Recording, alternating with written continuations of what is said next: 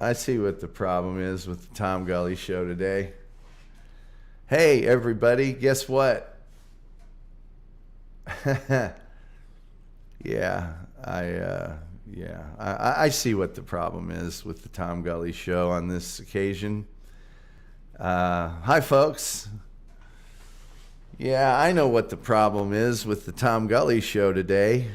Yeah. I figured it out. Whoops, I just opened up a piece of software I really don't need to use. Let's close that down. How's everybody doing? Yeah. Oh, in a few minutes, I'm going to reveal what the deal is here. Yeah, it's going to be highly embarrassing to me personally. It's going to be maybe the most embarrassing thing that's ever happened to me doing a show. I don't know what in the hell has decided to go on with my hair on this side over the last month or two. But why should I, frankly? Anyway, hopefully people will start posting in the comment section. I'll just sit here and vamp for a while because I did something really stupid that's going to delay my having dinner and falling asleep. Man, oh man. What's going on, everyone, in the place, sort of? Yeah. Guess what? Should I start the show over and actually play the opening hoo-ha? People seem to like the song a lot better than they like me.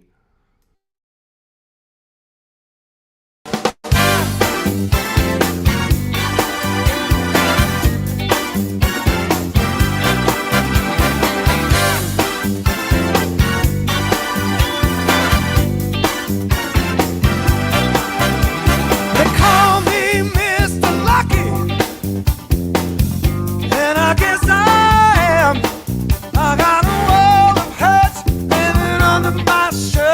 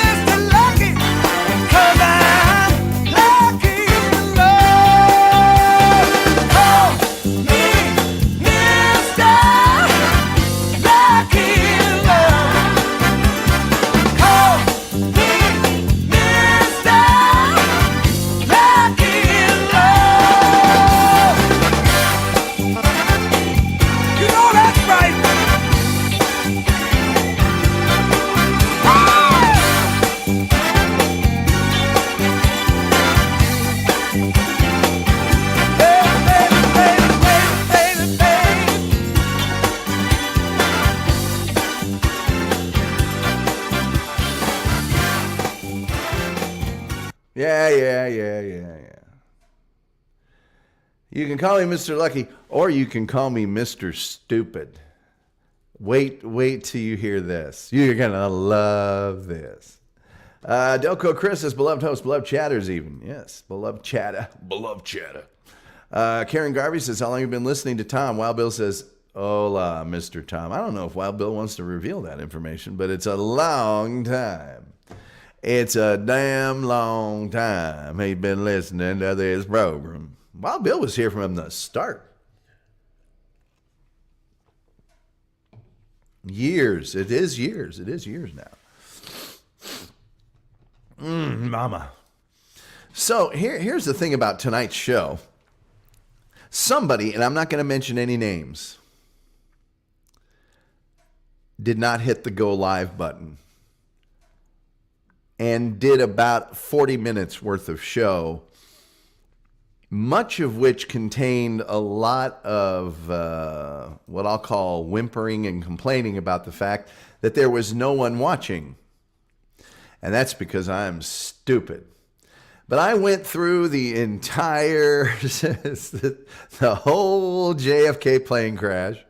I went through everything that happened to me this weekend on the big fancy radio station and the horrible weather events we're having in Dallas right now. And all I can tell you is this. It was a hell of a show. It was one hell of a show. I tell you, everybody was laughing. And then I said, let me just see what's going on Facebook. And I saw the thing that says upcoming. And I'm like, did I not hit the go live button? I did everything else. Things it takes to keep you humble. It really does. Yeah, especially after working at the big fancy radio network this weekend. And come on, that's a little funny. It's really funny. It's something a lot of people wouldn't admit, but I trust my listeners. Dinah Jean O'Brien's here. She's from Shrewsbury, Shropshire. Jokerfish says, sorry, we missed it. Oh, you're not going to miss it because I'm going to do it all over again. And you're going to be saying to yourself, shouldn't this be better than what I'm watching? Because after all, he had a rehearsal. And I did. And it didn't matter. I don't know how much you actually missed. So what's going to happen is, excuse me, what's going to happen is I am going to tell you about the JFK Jr. plane crash, and then I'm going to tell you about my weekend at the fancy radio station.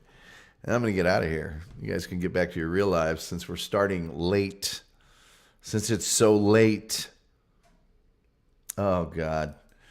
All righty. Let's just see here. Ah, boy. It says, sequel is never as good in a remake. What can I say? Yeah, but this is a rehearsal. It was a rehearsal. It wasn't actually it's a rehearsal. We don't usually do rehearsals here. But anyway, so JFK Jr. was the son of a handsome, famous guy, which was pretty much his only real claim to fame, which was being a handsome, famous guy. And he married a hot chick who had a sister, and he tried to take them both to Martha's Vineyard, but he was way out of his league when he was flying the plane there and ended up crashing it into the ocean and killing them all. So how did that go down? Well, after years and years of being in every single tabloid known to man, because after all, he was a rich, famous guy and handsome, JFK Jr. checked in with the air traffic control tower at Martha's Vineyard Airport before his planned takeoff, about 2 hours in advance.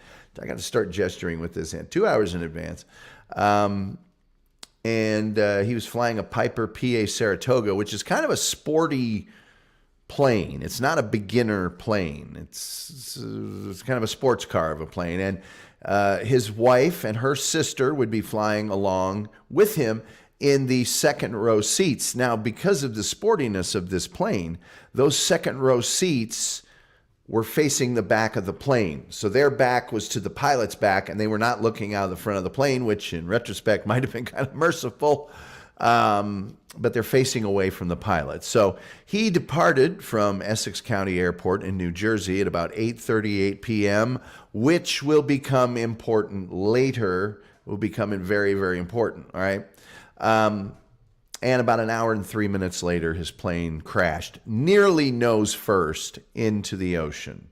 The Coast Guard was called. They didn't think there was likely there would be any survivors. I guess it was those pieces of the plane that were being recovered from the ocean that may have led them to that assumption. About 3 days later, fragments of the plane were finally located using sonar on the bottom of the ocean. The next day, the fuselage was identified, and then the day after that, the bodies were recovered. The two sisters were found near the fuselage, and JFK Jr. was found still strapped into his seat. Apparently, the sisters were also strapped into their seats, but they weren't inside of the plane anymore. The medical examiner found out that they had all died upon impact. So, the NTSB found that the pilot had lost control of the aircraft, obviously, likely, though, due to spatial distortion. And spatial distortion is almost like vertigo, only when you're flying a plane, it just means you have lost the ability to determine where your plane is in relationship to the coastline, the ground, the horizon, all those things that surround you, including height of the plane and altitude and a number of other things. The creepy thing about spatial distortion is you might not know you are having it. You might not be aware that you have distorted the space around you in your own mind. So at one point there was a drop of in 14 seconds of 1,000 feet, according to the flight recorder, which is way beyond the capacity of that plane to recover from or its performance capabilities. Basically, because of the distortion, he started spiraling and eventually was pointing straight down and hit the ocean in that posture. The NTSB cited a number of contributing factors, including being a handsome rich guy that shouldn't have been flying a plane like that. We'll get to some of those reasons in just a second. Let's see here. Chris Delco says something very, very painful. Hopefully you aren't on an Odyssey station. Oofa. I have no comment. Oh my God, it's so cold here, says Diana Jean O'Brien. Currently here in Dallas. Let me see if I can get the weather for you here from the 1080 Weather Center. Do I have a weather check here on this thing right now? Sometimes I have the weather. Oh, nope, I do. Hold on. It's 23 here in Dallas right now. But we're experiencing a hard freeze tonight, and the wind chills are in the single digits. C, disregard the message I sent you right as the show came on. What message? Was it a Facebook message? Do I need to check the Facebook real quickly? You can't tell me to disregard the message. You can't tell me to do that, Wild Bill. You should know better. You, of all people, should know better. Oh, well, okay, hold on here. I'm actually on a different platform. Let's see. Let's just see. Disregard the message I sent you. That's not going to happen. That's just not going to happen. Come on. Come on, Facebook. You're supposed to be helping. You're not helping. Facebook is never helping. They're just supposed to be they're never helping. All right, let's just see what Wild Bill's message was here. I'm assuming you sent it to me personally. Are you celebrating the holiday today? Now somebody's calling. That's Wild Bill. During my dissertation on the death of JFK Jr. Daggone it. I'm going to call him back. I don't know what the hell happened there. This whole show is just a freaking disaster.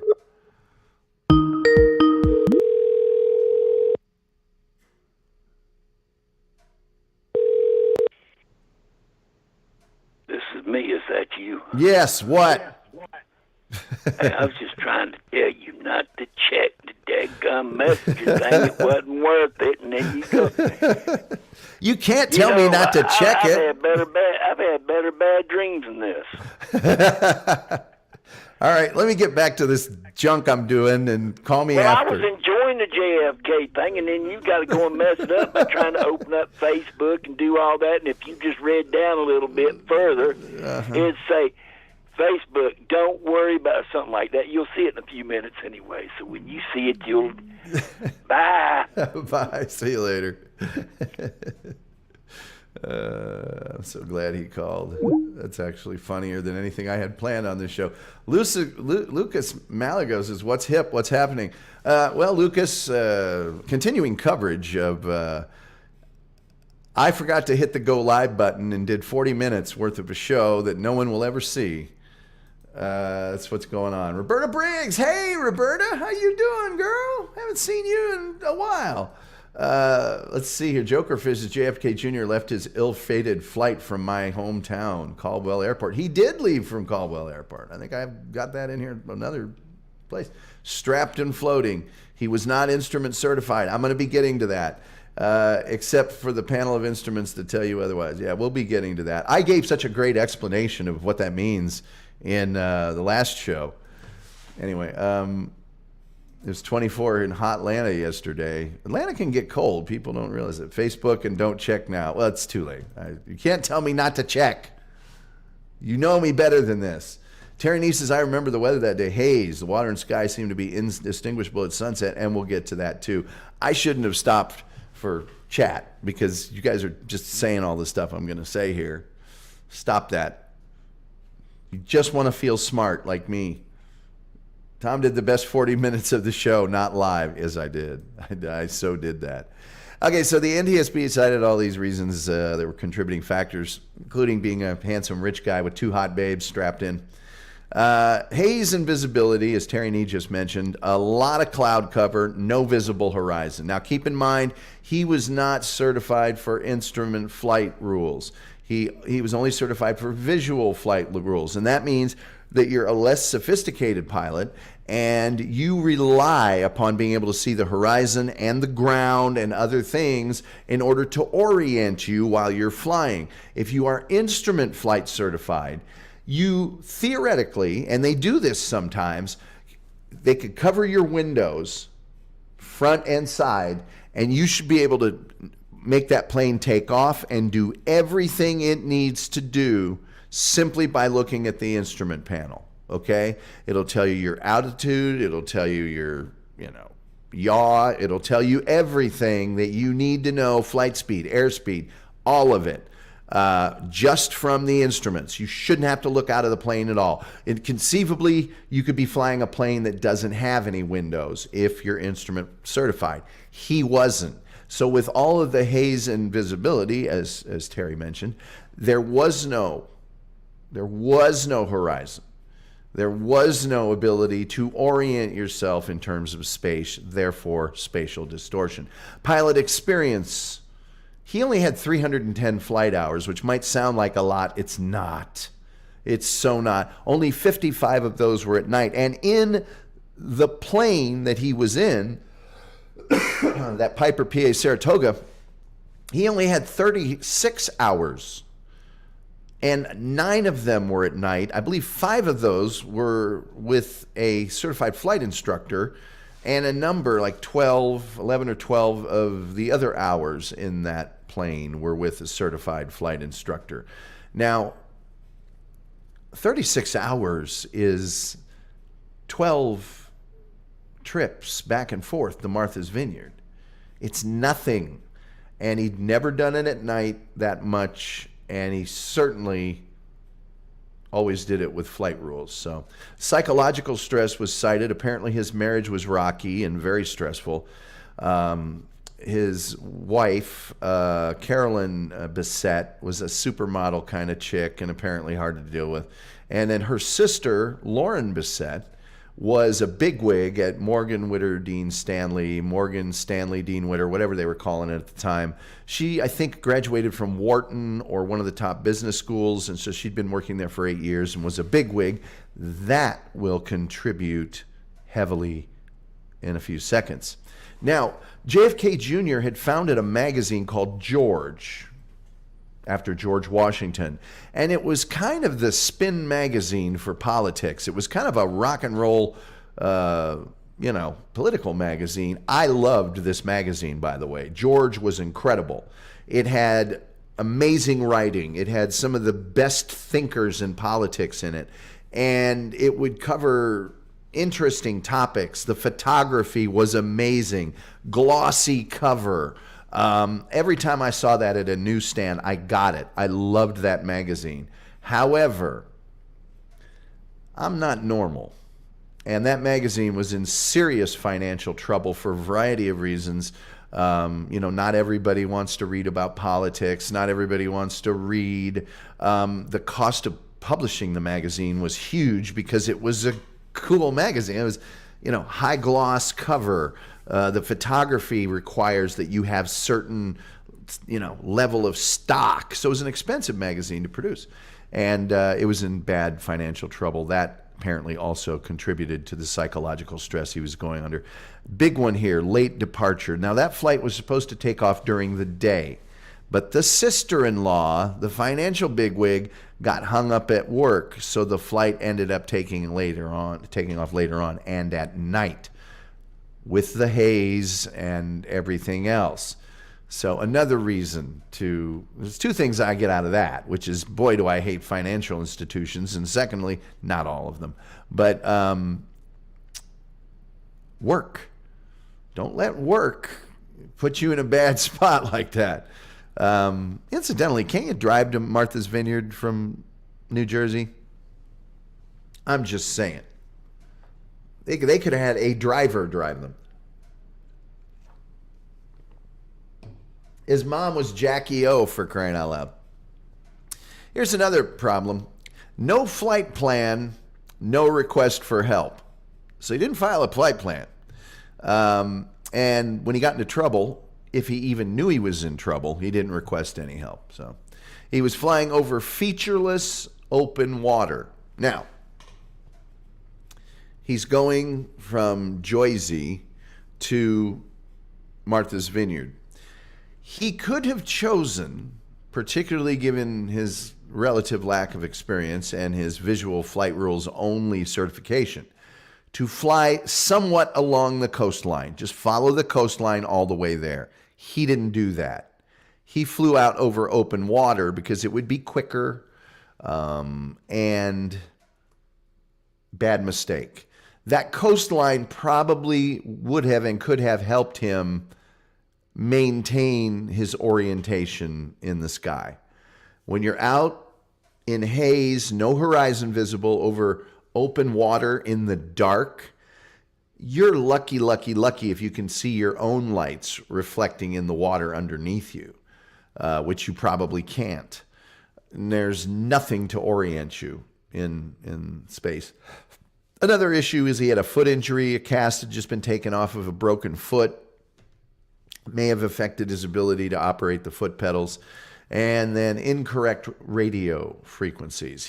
When the plane was recovered, the radio frequencies that he was needing for the airports he was flying nearby and flying to was not on the correct frequency. So if he ever did try to reach those particular airports, we'll never know, because he was kind of like a guy not hitting the go live button. He was broadcasting to no one. So that's the deal when he just lost his orientation and began to spiral, and at a certain point couldn't pull out of that spiral. He was probably very confused and wondering why the aircraft was reacting the way it was. And by that time, it was probably too late. Probably too late.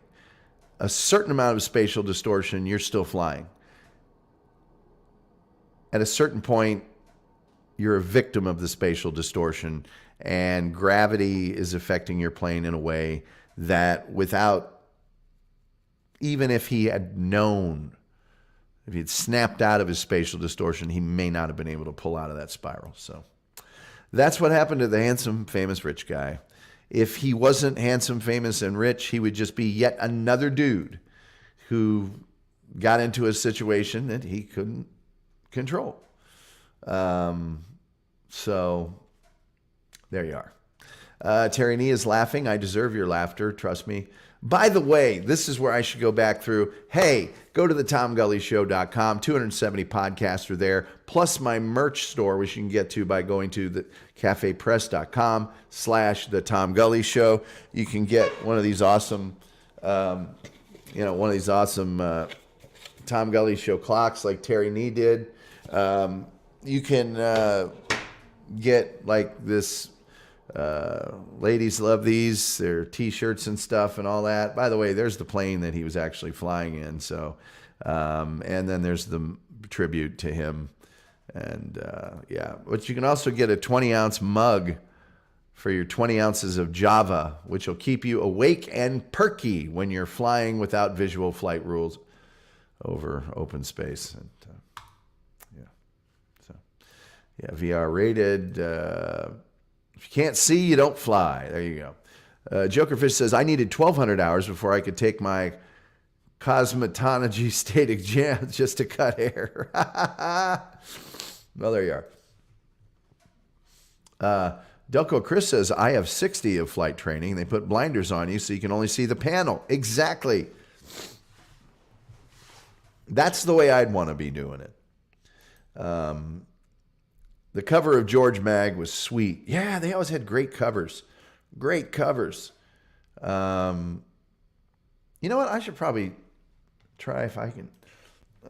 George Magazine covers. Boom. Images. Boom. I'm going to go ahead and share this here. I'm going to share this with you. I'm going to go ahead and share this screen with you. So you can see some of the covers because they were amazing. They really were.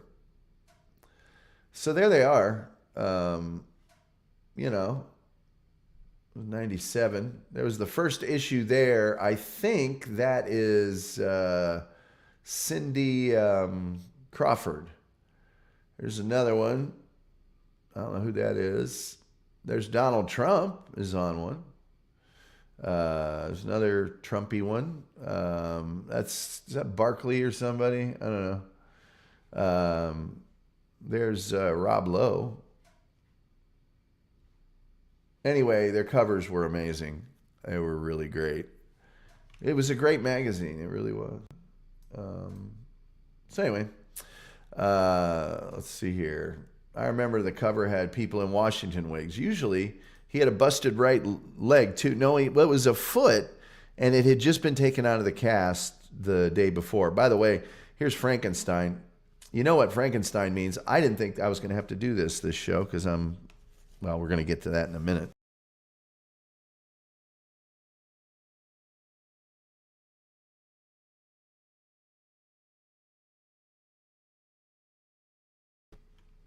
Anyway. It's all stacking up then. Oh dear. Yeah, it was a lot of different problems. And if you enjoy the show, be sure to hit that like, smash that share so your friends can be tormented. Thanks, Google. Yes, exactly. Of course, if he wasn't rich and famous, he'd just be an annoyed guy who was told he couldn't fly that day. Probably. And an alive guy, by the way. So yeah, there you go. That's what happened to the poor guy. But George Magazine was great. I bet you if he could have made it through the storm. Another problem that George Magazine had was, remember, this was in the summer of 1999. And although it wasn't exploding yet, the internet was starting to make the printed magazine a thing of the past. And although a lot of the printed magazines that survived were actually high-end ones like his, it was a tough time for magazines. It really, really, really was. Jokerfish says, Tom, do you think JFK Jr. would have ran politically if he survived? There's no reason to think that he wouldn't. However, he avoided a lot of that stuff. He was a little bit of a playboy. So it's hard to say. But in today's climate, I don't see why he wouldn't have. Randy J. Ramos says the chef is in the house. What a cursed family, the Kennedys. Yep. Yeah, that's the story there on the Kennedys. However, I've subsequently come to find out that the malady, the sickness that I was suffering last week, a lot of people are getting around here. And we all are saying the same thing. It's like no fever, no body aches, just tons of congestion and a little bit of fatigue. And so this weekend, I'll mention this in a second. Terry Nee says, I experienced a whiteout skiing on a treeless mountaintop. It's unbelievably disorienting. A level would have helped. Yes, patient zero. Not me. I'm not patient zero. Somebody had it before me. So on Saturdays, this is probably going to bore you, but I was pretty good on Saturday because on Saturdays I'm on 130 radio stations. And I do just a couple of things, starting at 5:55 in the morning and up until noon. I do a 1-minute news headlines at 10 till the top of the hour. I normally record that because it is so exacting and it's only a minute. And then I just play the recording at 10 till. And then at 5 till, I do a 5-minute newscast that is live. So if I screw up talking or if I screw up playing a soundbite or something like that, goes out to all the stations. I don't ever do that. I'm really good at it. So I also have to publish a feed of stories, and I also at noon have to do a 15-minute long form, the mid-morning report on those stations. So not that hard. I could save my voice. I could clear it all out and stuff before the 5-minute deal. Not a big deal. Leisurely. It's a leisurely pace. You're always doing stuff because I'm finding news stories and I'm writing news stories and I'm voicing news stories and all that. But it's not like on Sunday. Sunday, I'm at a giant radio station here in Dallas. It's a 50,000 watt AM. Not only that, it's a famous radio station. It's all news. It's a great place. I actually have a producer for that. The other show I do all by myself. And I have a dedicated traffic person and a person that does the weather. And at a certain hour, the weather person is only for the very early morning, and then I do the weather after that. Usually, I'll get to that in a second. Now, you probably don't care about any of this, but maybe it'll give you a little insight on what's going on. So at 5:30, I do a bottom of the hour 2-minute newscast. Just a little quick update. At the top of the hour, at 6 in the morning, I do, after the national news ends, I do a 3-minute newscast. But starting at 6:30 all the way until 9, I do something called a news wheel, which is you're doing the news constantly, and you have to do traffic and weather on the 8s. You have to, stop down to do, let the traffic person do her report, then you do the weather and out. So then you go back into stories. Occasionally there's some commercials and blah, blah, blah. Now, because we had a weather event, a bad one here in Dallas on Sunday, and there was a Cowboys playoff game that it looked like after that playoff game, the weather would be extremely bad in terms of travel on the roads. I was super lucky. We have a chief meteorologist. The guy is a genius. He's awesome on the air.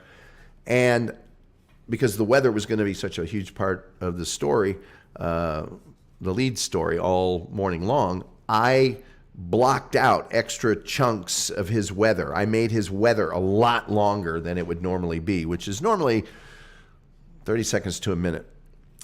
And what I didn't realize was that we were going to go live and he was going to be the lead story and do much longer segments at the top and the bottom of the hour, which that's a desired thing. When you're the only radio station, that has a chief meteorologist that can do that, and you're live, there's no other programming going on, man, people dig that. They're going to listen to that. And it's really good radio, too, because he's explaining stuff. He's telling you. He's done it for a long time. So he knows about wrapping your pipes and what to look for on the roads and all that kind of stuff. You also have to remember 2 years ago in Texas, our entire electrical grid went down during a cold weather event like this one. So people are interested. All that I told you just to tell you this thing. I had to, because before I go into that studio at 6:30, I have to have 2.5 hours of news planned and blocked in. Because once you start doing it, you're performing it on the air, you don't have time to grab it and put it. Whereas you have a little time, you can do a little. So I was shuffling things and spinning plates all morning. And then throughout the rest of the day, after 9 o'clock, I do a 3-minute newscast, top of the hour, 2-minute bottom, 3-minute top, 2-minute bottom, 3-minute top, 2-minute bottom. And had to clear out time on those for the weather. So it was just a lot of moving parts. And luckily, my voice was fine. I still have tons of congestion that's going away. You know how after a cold it just hangs out in there and you feel fine, but you got gunk? Yeah, that's what I was doing. So I was beat when I got home on Sunday. And I got home just ahead of all the light and wintry mix and all that other stuff. And I crawled straight into bed and watched football and fell asleep. So there you are. That Terry knee thing is kind of like vertigo. I experience vertigo at high altitudes. I can't go into the top row of the stands at a ball game. I can't be near the lip of the second tier. I can't do those things. I get vertigo. I can't, it's bad. I've been on top of diving boards. I got like a 30-foot high dive or whatever at this swimming pool I went to when I was a kid. And I would have to just walk out and jump because if I tried to stand, I would just fall. I can't do that. I don't like being near windows on tall buildings. I used to work in a super tall building here in Dallas, and one of the corners of the building was this cleared out lobby lounge area. They made it into sort of a lounge, a foosball table. It was an ad agency. And I couldn't stand over by the window at all because I would actually, even though I was on, a floor with carpet and all that, just couldn't do it. Let's see here. Wild Bill says he's good with all the control buttons, Mr. Perfect, but the live button, on the other hand, I still can't believe I didn't hit the go live button, but whatever. Watching Tom really makes my day. Look forward to the show every day. I always learn something. Well, today you learned I didn't start the like button thing. Delco Chris says, I used to spend a ton on mags. Wired, Byte, Billboard, Computer Shopper, Linux Journal, Boardwatch. Do you remember Interview Magazine? Interview Magazine was awesome. It was a big, big magazine. It wasn't on great stock. The cover was always really artsy, but it had nothing in it but interviews with famous people. They would scour the world for various publications and stuff and get the interviews out of it and then it's awesome. I loved Interview Magazine. Old, eh? Yes, I am. Delco Chris, by the way, that thing that you said about that company, yeah, we're going to be fine. We're going to be just fine. Don't worry about it. Let's see here. Let's see if we can get the old Interview Magazine. Interview Magazine was founded by Andy Warhol. And I think it's still alive on the internet, kind of. But let me just show you some of the covers for that, because Interview Magazine was... I always had a dream that I would become famous enough that someone would interview me, and it would be in Interview Magazine. But, yeah, check them out, man. That's Don Johnson. That's obviously David Bowie. Madonna. Angelica Houston, famous rich guy, Phoebe Cates, back in '82, Solange, but they always had really, I guess, very Warhol-esque covers. There's Madonna grabbing her crotch. But anyway, Interview Magazine was really great. I always loved it. Let's see here. I dig it. Radio is awesome. It is. It was fun this weekend. I get vertigo too, I guess. I've had it all my life, especially after colds. It's worse. It's just bad all the time for me. I have connections so you can stand on the roof of the Westin Hotel in Atlanta when you get a nice windy day, 6-foot sway. Yeah, my brother was in construction, and sometimes I would help him with certain jobs, and he would like do a remodel and build an extension onto someone's patio or something, and it would have a vaulted roof. And he would just be walking across this board that would be swaying while he stepped on it from his weight. And I'd go, yeah, why don't you bring me that over here? And I'm like, you expect me to walk across that thing, do you? Really? Now, if I looked straight at him and didn't look down, I could sometimes do it, but then I was afraid my feet would get off skew or whatever. He would just laugh. Afrin God's Drano for the sinus. I'm almost back to nothing. Karen Garvey says, Interview was a wonderful magazine. It was. Speaking of wonderful, if you'd like to contribute to the program, paypal.me/Tom Gully Show. God, could we use it. I'm telling you. With your contributions, I feel like I can go to, get some help for not being able to push the go live button. It's all to do with the inner ear, Tom. I guess you're right. I've never liked heights, and I got to tell you, I have really good spatial awareness on the ground. Like I was a goalkeeper and you're diving and stuff, and there's just a lot of, and also as a goalkeeper, when you're out of the goal, I have a really great ability to remember where the posts are and all that I'm really good at that. Man, you get me into a situation where I'm on a diving board or I'm on a thing or climbing high up. I can kind of climb up on residential rooftops. Like if somebody needs me to, I can, go up can't stand getting off the ladder, can't stand getting back on it, but I can be on that and walk around there. It's not terrible. I'm pretty good at it. Any higher than that, forget it. Forget it. There's been times when I've done stuff like that and I've just gone straight up. Now, I have rappelled and climbed up mountains.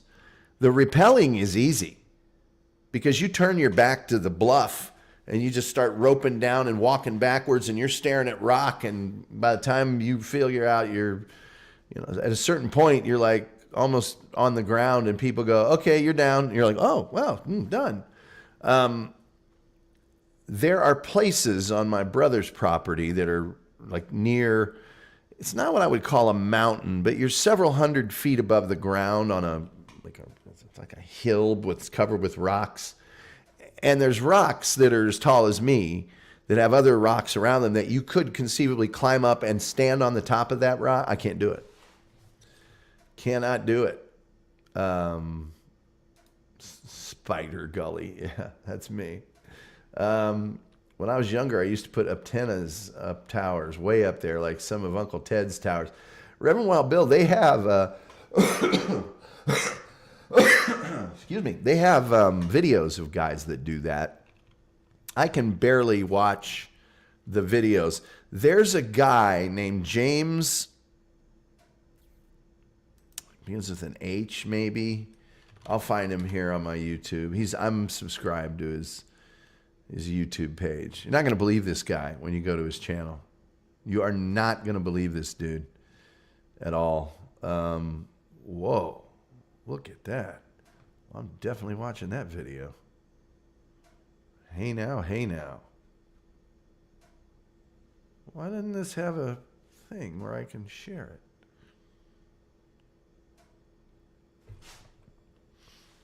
This one does. Oh, here we go. Sorry, I have to stop down because there's a hot babe in the thumbnail of this particular.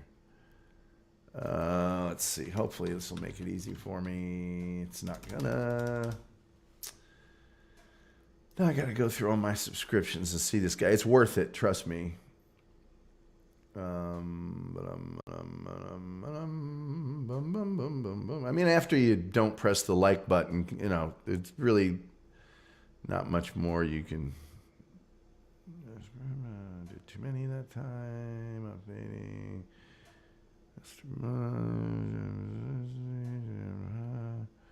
I usually can remember his last name, but I can't for some reason this time. House. I've got too many subscriptions. I used to have 0 subscriptions, and they've just exploded. I've got way too many now. James Kingston. Bam. His name is James Kingston. This guy free climbs these gigantic structures, and he's got a GoPro on, and I have to turn it off sometimes because I get so freaked out. Let's see, hockey or soccer? Soccer, please, soccer. Heights don't bother me. It's the thought of falling that sticks in my head. Maybe not falling, but that sudden stop. Yeah, let me just do James. I'm going to put up a James here real quickly here. I don't think I'll get dinged for it if I do just a second of it and don't put any audio on. Man, oh man, it'll freak you out, man. Man, it's going to freak you out. James Kingston. Let's see here. I want to get something that I can show you that is really high up in the air.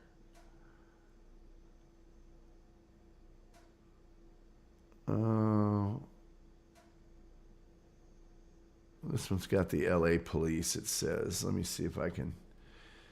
Okay, the sound's not on. All right, this is going to be worth it, trust me.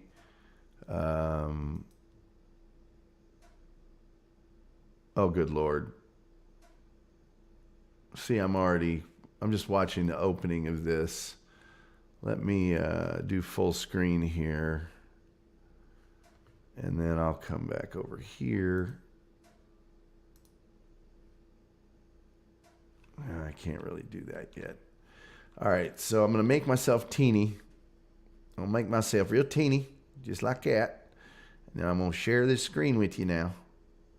Sharing the screen. Here we go. Climbing the tallest building in LA. And the police got called out on it, okay? So let me see what I look like first. All right, I guess maybe I'll do this. And then I'll do this.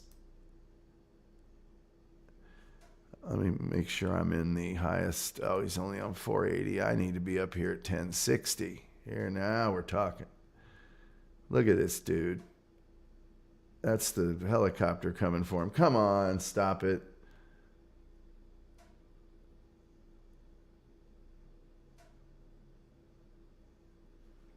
All right, maybe I've asked too much of this. So, okay, here we go. Let's get him right about here. I can't even watch these usually.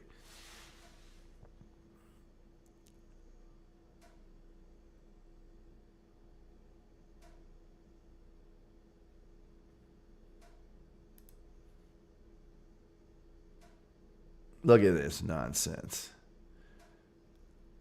He's just up there. Ain't even climbing gear. Maybe I should back down off of this HD setting.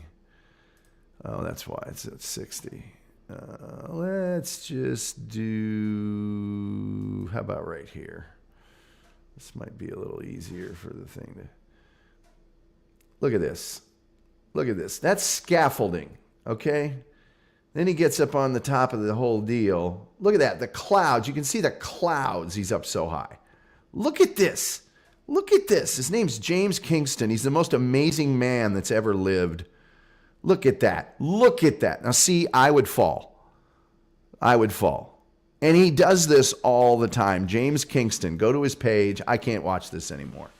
It's freaking me out too bad. Freaking me out way too bad. I can't do it. I'm sorry. But James, please don't copyright strike me. He said the reason he started doing it was because he was afraid of heights and he wanted to conquer that fear. I think you've succeeded. I couldn't do it in a million years. Buttons are difficult. Yeah, buttons are a pain. By the way, when I do stupid stuff like that, I always use safety equipment, not like that moron.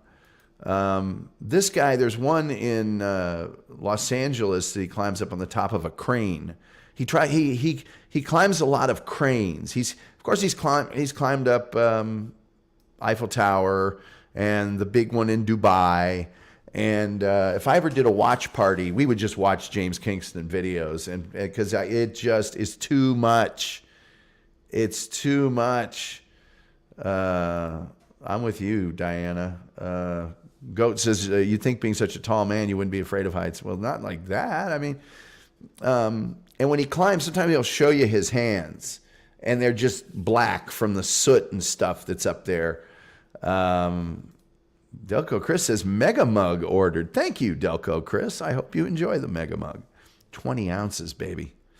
I need to get into my Cafe Press store and redesign some things and jazz them up a little bit. But yeah, James Kingston. Hoo-wee.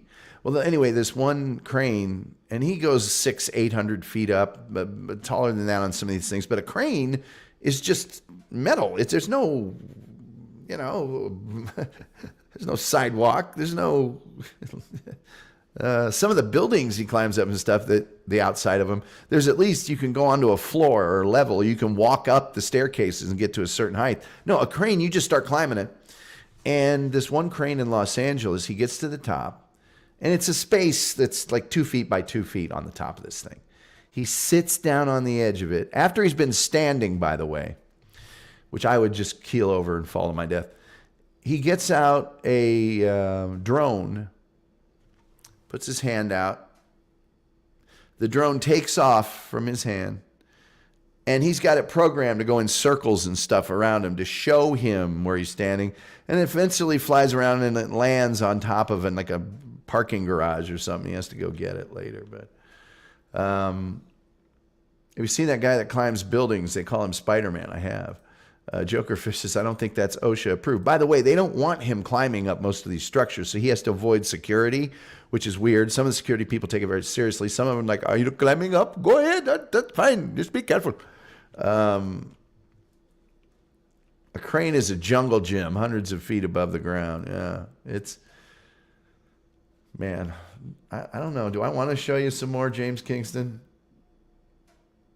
Do I want to show you some more James Kingston? I think I kind of do. There's one he climbs up. I think it is in LA that this cop gets super mad at him. I mean, super mad. Let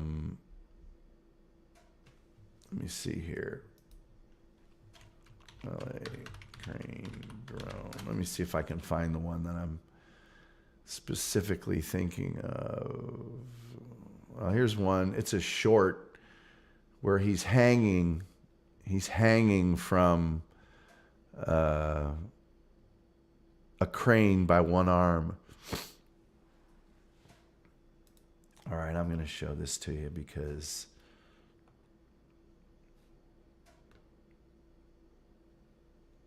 I'm going to go ahead because this will repeat, I think. We'll share this screen and show it to you. It's yeah. How about that? Yeah, how about that? Yeah. Now he's just getting back up.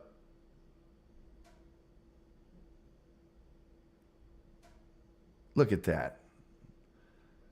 Look at that nonsense.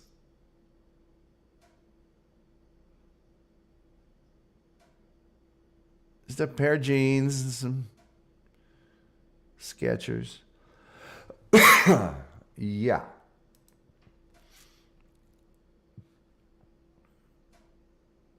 Let me see if I can find the drone one. I'm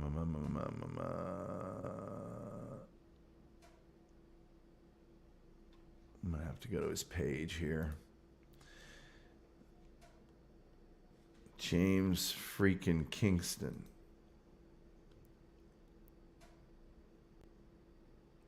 Just look at his avatar. It's him standing on something with a selfie stick.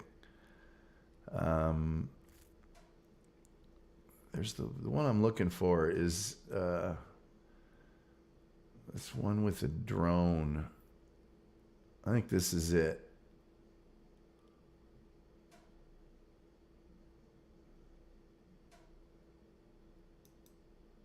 Let's see here.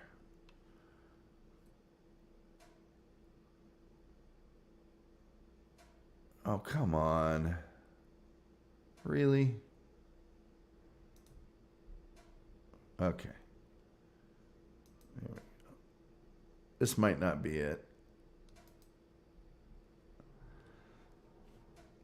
This might not be it.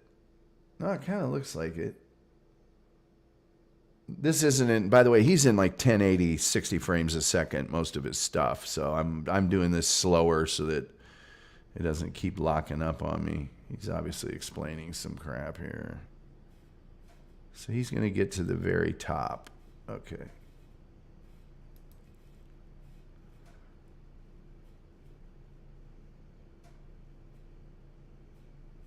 Yeah, so there he is. And he just opens up his little knapsack there. And he's got...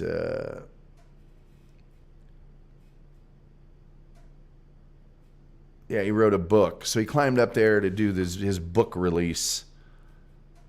Let's see. That's not the one I'm looking for. The one I'm looking for, though, it does 360s around him and all sorts of other crazy stuff. Windy. Climb down. Don't look down is the name of his book. This one here says this was so wobbly. Ultimate balance test. He had some girl climbing with him for a while. He meets these other people that climb with him. The one that I'm thinking of is before he started going over to Dubai. Southampton. Goodbye, England. I'm desperate to get this one view for you guys because he's got it doing 360s and stuff.